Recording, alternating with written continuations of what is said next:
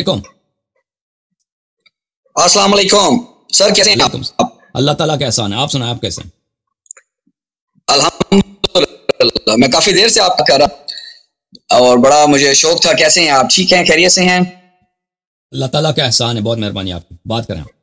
اچھا سر، میں بس زیادہ ٹائم آپ کا نہیں لوں گا۔ میرا صرف کوشچن تھا، یہ جو آپ لوگوں کا عقیدہ ہے یا جو بھی ایک سٹوری آپ لوگ سب کو سناتے ہیں بی بی پاک کی شہادت کے بارے میں، اس میں میرے آپ سے صرف ایک دو کوشچنس میرے ہوں گے، اور میں کوئی کتابی باتیں آپ سے نہیں کروں گا کیونکہ میں خود کوئی عالم نہیں ہوں، آپ بلکہ زیادہ رسپیکٹیبل ہیں، آپ زیادہ عالم ہیں۔ کتابی باتوں کو میں اس لیے زیادہ نہیں پڑھوں گا کہ کتابی باتوں میں پھر آپ 10 چیزیں لائیں گے، میں ریفرنس ڈھونڈوں گا، پھر کوئی چیز لائیں گے، اور وہ سب کتابیں جو ہیں قرآن کے علاوہ میں تو کسی اور کتاب پہ من و من بلیو کرنے کے لیے تیار نہیں ہوں۔ میں نہج البلاغہ بھی پڑھتا ہوں مولا علی کی، مجھے بہت شوق ہے پڑھنے کا، لیکن کیا قرآن کے علاوہ کوئی چیز بھی 100% پرزرو نہیں ہے، نہ ہو ہی نہیں سکتی ہے۔ میرا آپ سے کوشچن یہ ہے کہ آپ لوگ جو بی بی پاک کی شہادت کا ایک جھوٹی روایت جو کوٹ کرتے ہیں کہ وہ حضرت عمر فاروق نے اور حضرت ابوبکر نے ان کے گھر میں آگ لگائی اور داخل ہوئے، مجھے صرف ایک بات سمجھا دیجئے کہ آج اگر میرے گھر میں کوئی انسان آ کے میری بیوی کے ساتھ اس طرح کی حرکت کرتا ہے تو میں یہ برداشت نہیں کر سکتا ہوں، تو مولا علی کیسے برداشت کر سکتے ہیں؟ مولا علی کی ذوالفقار اس ٹائم کدھر رہ گئی تھی؟ برداشت نہیں کیا انہوں نے۔ عمر جب اندر آیا، عمر کو میں آپ کو حدیث دکھا دیتا ہوں تاکہ بات واضح ہو جائے۔ ایک منٹ۔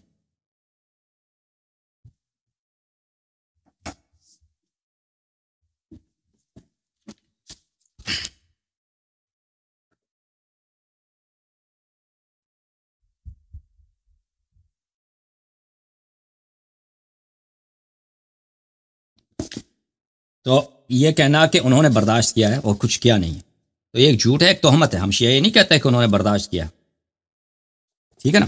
یہ کتاب ہے کتاب سلیم۔ آگ کون لے کے آیا تھا؟ عمر۔ دروازے کو کس نے مارا تھا؟ عمر، ٹھیک ہے نا؟ کتاب سلیم ابن قیس ہلالی، ملاحظہ فرمائیے، کتاب سلیم ابن قیس ہلالی، جلد نمبر 2، صفحہ نمبر 586۔ بلی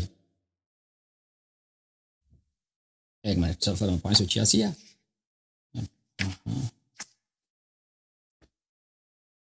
نہیں، یہ 686، 586 پہ چلتے ہیں، 586 پہلے رہ گیا۔ یہ صفحہ نمبر 586 ہے، 586۔ آپ کی آواز، ایک منٹ بھائی صاحب، بات کر رہے ہیں؟ آپ کی آواز کیوں نکل گئی ہے؟ آپ کی آواز ہے، آپ نے خود اپنی آواز میوٹ کیا، میرے جانب سے میوٹ نہیں، آپ کی اپنی آواز میوٹ ہے، آپ کے اپنے جانب سے میوٹ ہے بھائی۔ جب عمر اندر داخل ہوا ہے، میری آواز اب آواز آ گئی۔ اچھا آپ سنیں، سنو بھائی، پلیز، جواب میرا غلط بھی ہے تو سن لو پہلے۔ تو آپ نے کہا سوال یہ ہے کہ بھائی کہ امیر المؤمنین علیہ السلام نے برداشت کیوں کیا، لڑا کیوں نہیں ہے؟ تو یہ ہمارا عقیدہ نہیں ہے کہ انہوں نے برداشت کیا، اب لڑا نہیں ہے۔ جب ہمارا عقیدہ ہی نہیں ہے تو کیوں مان لے کہ بھائی انہوں نے لڑا نہیں ہے؟ نہیں، آپ یہ کتابی باتیں نہ کریں نا، نہیں، میں نے پہلے، آپ نے میری بات ہی نہیں سنی ہے، میں نے یہ کتابوں کی بات نہیں کر رہی، یہ کوئی ساری جھوٹی کتابیں لکھی ہوئی ہیں۔ قرآن کے علاوہ کون سی ایسی کتاب ہے جو کہ آپ من و من کہہ سکتے ہیں کہ وہ سچ کتاب ہے؟ ٹھیک ہے، دیکھیں مجھے بتا دیں، یہ تو آپ لوگوں نے جھوٹیاں سٹوریاں بنا کے آپ نے سب کو بیوقوف بنایا ہوا ہے آپ لوگوں نے۔ بھائی صاحب، بھائی میں تو بھی کہہ رہا ہوں نا، بھائی لوگوں کو بیوقوف بنانا بند کریں نا۔ جواب دوں یا نہ دوں؟ بولیں۔ دیکھیں عزیز، آپ ہمارا عقیدہ پوچھنا چاہتے ہیں نا، میں نے یہ تو نہیں کہا کہ میں آپ کا عقیدہ بتا رہا ہوں، میں اپنا عقیدہ بتا رہا ہوں۔ اپنا عقیدہ میں اپنے زبان سے کہہ دوں تو بہت سارے لوگ کہیں گے کہ یہ شخص ہے جھوٹ کہہ رہا ہے، کیونکہ لوگوں کے ذہنوں میں ایک جھوٹی بات پھیل گئی ہے اور وہ سمجھتے ہیں کہ اگر میں اس کے مخالف بات کر دوں تو وہ کہتے ہیں کہ اللہ یہ جھوٹ کہہ رہا ہے۔ تو میں کتاب اس لیے دکھا رہا ہوں نہ کہ آپ اس پہ یقین کریں، بلکہ اس بات پہ یقین کریں کہ جو میں کہہ رہا ہوں وہ شیعوں کا عقیدہ ہے، شیعہ اس بات پہ عقیدہ رکھتے ہیں۔ تو یہ عقیدہ جھوٹ ہے نا، یہ کتابیں جھوٹ لکھی ہوئی ہیں نا، وہ الگ جگہ مان لوں عقیدہ الگ بات ہے، تو پھر بات ختم ہو گئی۔ نہیں، پھر آپ مانیں گے جھوٹ لکھا ہوا ہے؟ نہیں، بات ختم نہیں ہوئی، بات ختم ہو گئی، وہ دوسری بات ہے، وہ دوسری، اس ہم نے مانا نہیں کہ عقیدہ باطل ہے، لیکن آپ کی بات غلط ثابت ہوگی کہ آپ کہتے ہیں، شیعہ کہتے ہیں کہ ہم لڑے نہیں ہیں۔ ہاں، غلط ثابت اس لیے ہوا ہے کہ سن لینا بات میری نہ کریں۔ آپ کہتے ہیں کہ شیعوں کا عقیدہ یہ ہے کہ عمر آیا ہے وہاں پہ، گھر پہ حملہ کیا، آگ لایا، امیر المؤمنین علیہ السلام نے کچھ بھی نہیں کیا، یہ شیعوں کی بیوقوفی ہے۔ تو ہم کہتے ہیں شیعہ یہ نہیں کہتے، یہ آپ کی بیوقوفی ہے، آپ شیعوں پہ تہمت لگا رہے ہیں، آپ کی جہالت ہے۔ شیعہ یہ نہیں کہتے، شیعہ کیا کہتے ہیں تو سن لو، شیعہ کیا کہتے ہیں بھائی؟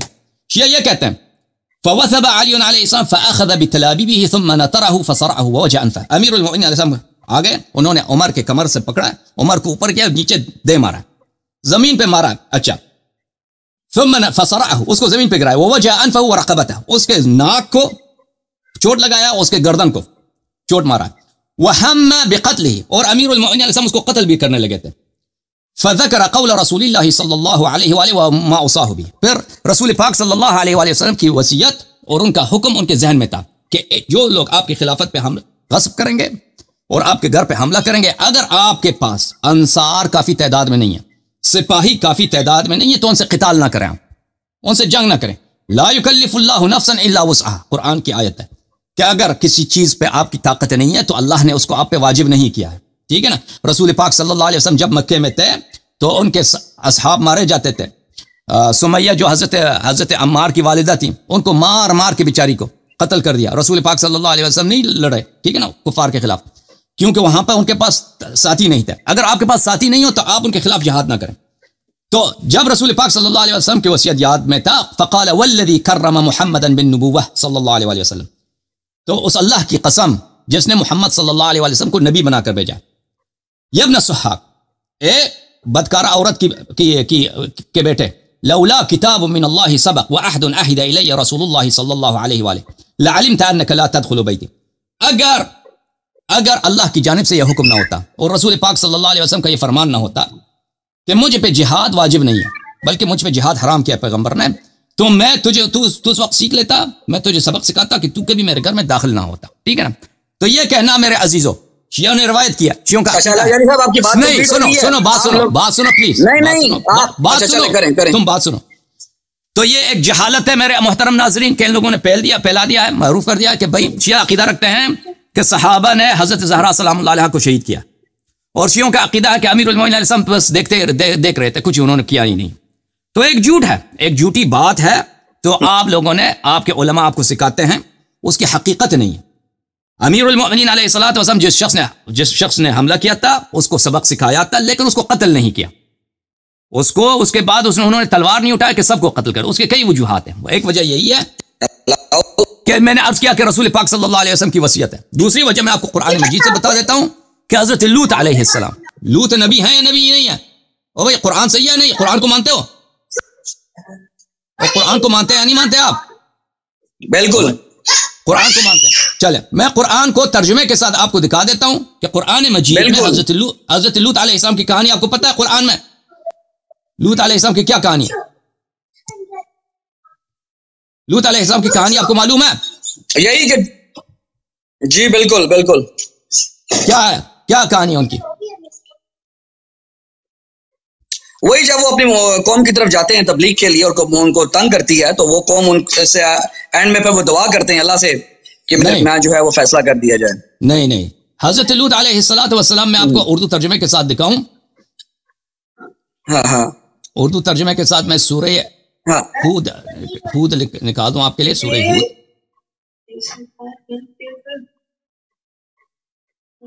آواز نہیں آپ کی آ رہی. آواز صحیح ہے میری؟ اچھا میرے محترم یہ قرآن مجید ہے اردو ترجمے کے ساتھ. ٹھیک ہے نا، اردو ترجمے کے ساتھ سنیں. میں اس کو فل اسکرین کر دیتا ہوں تاکہ سب لوگ دیکھ لیں. ولما جاءت اعوذ باللہ من الشیطان الرجیم ولما جاءت رسلنا لوطا سیء بهم وضاق بهم ذرعا وقال هذا يوم عصیب. طاہر قادری صاحب کا ترجمہ کیا؟ اور جب ہمارے فرشتے لوط علیہ السلام کے پاس آئے تو وہ ان کے آنے سے پریشان ہوئے اور ان کے باعث ان کی طاقت کمزور پڑ گئی اور کہنے لگے یہ بہت سخت دن ہے. فرشتے نہایت خوبرو تھے اور حضرت لوط علیہ السلام کو اپنی قوم کی بری عادت کا علم تھا، سو ممکنہ فتنہ کے اندیشے سے پریشان ہوئے. اور بھائی آپ کو پتہ ہے کہ یہ ممکنہ فتنہ کیا ہے؟ پتہ ہے آپ کو؟ بات نہیں کر رہا. کیا ہے آپ بتائیں. وہ قوم لوط کیا کام کرتا تھا؟ بالکل وہ تو آپ کو زیادہ اچھے طریقے سے پتا ہوگا. قوم لوط لواط کرتے تھے نا، ہوموسیکشوالٹی کرتے تھے، تو ان کو ڈر تھا. ہاں بالکل فرشتے خوبصورت ہیں، یہ میرے گھر آئے، قوم جو ہے ان کی طرف رغبت کرے گی. اچھا ملاحظہ کریں مزید. وجاء قومه يهرعون الیہ، اور اس کے قوم دوڑتی ہوئی. سو وہی ہوا جس کا اندیشہ تھا. اور لوط علیہ السلام کے قوم مہمانوں کی خبر سنتے ہی ان کے پاس دوڑتی ہوئی آ گئے اور پہلے ہی برے کام کیا کرتے تھے. لوط علیہ السلام نے کہا اے میرے نافرمان قوم، یہ میرے قوم کی بیٹیاں ہیں یہ تیرے لیے بطریق نکاح پاکیزہ اور حلال ہیں، تم اللہ سے ڈرو اور میرے مہمانوں میں اپنے بے حیائی کے باعث مجھے رسوا نہ کرو، کیا تم میں سے کوئی بھی ایک نیک سیرت آدمی نہیں ہے؟ اور میری آواز آ رہی ہے؟ آواز آ رہی ہے آپ کو؟ میری بات سنیں یار، آپ سے میں نے سوال چنا کیا، قرآن جب پڑھا جا رہا ہے تو ساکت رہو، قرآن جب کوئی پڑھ رہا ہے تو ساکت رہو۔ تو لوط علیہ الصلوۃ والسلام کے گھر، وہ ان کا قوم بدماش قوم ہے، بدفعل قوم ہے۔ بدماش بھی کیسے بدماش ناظرین؟ بدماش بھی ایسے بدماش کہ لوط علیہ السلام کے گھر مہمان آئے، فرشتے انسان کی شکل میں آئے، خوبصورت خوبصورت نوجوانوں کی شکل میں۔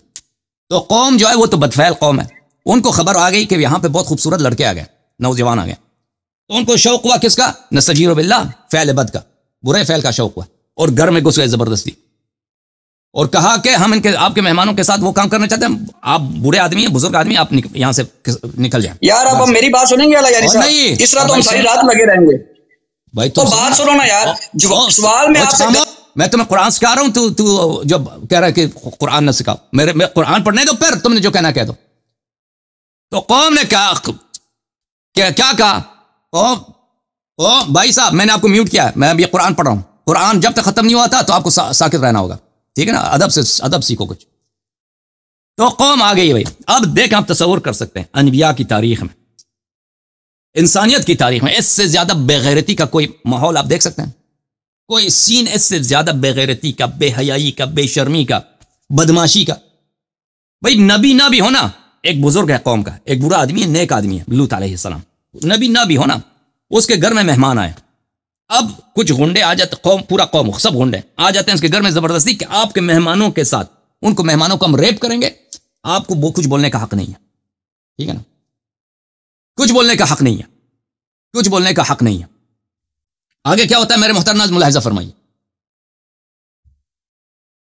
قالو، لوط علیہ السلام کیا کہتے ہیں؟ لوط علیہ السلام کہتے ہیں یہ میرے قوم کی بیٹیاں ہیں، وہ پاکیزہ ہیں تمہارے لیے، ان سے تم نکاح کرو، تمہیں شہوت کی فکر ہے، تم ان کے ساتھ نکاح کرو، یہ تمہارے لیے بہتر ہے، اور مجھے بے عزت نہ کرو میرے مہمانوں کے سامنے۔ الیس فیکم رجل رشید، کیا تمہارے درمیان کوئی ایک شخص جوان مرد آدمی، صحیح کردار آدمی نہیں ہے؟ ٹھیک ہے نا؟ اب آپ مجھے بتاؤ جماعت عمریہ، تمہارے نزدیک لوط علیہ السلام افضل ہیں یا علی علیہ السلام افضل ہے؟ نبی افضل ہے یا ایک صحابی افضل ہے؟ تو لازمی بات ہے تم کہو گے نبی افضل ہے لوط علیہ السلام، تو وہاں پہ انہوں نے تلوار کیوں نہیں اٹھایا؟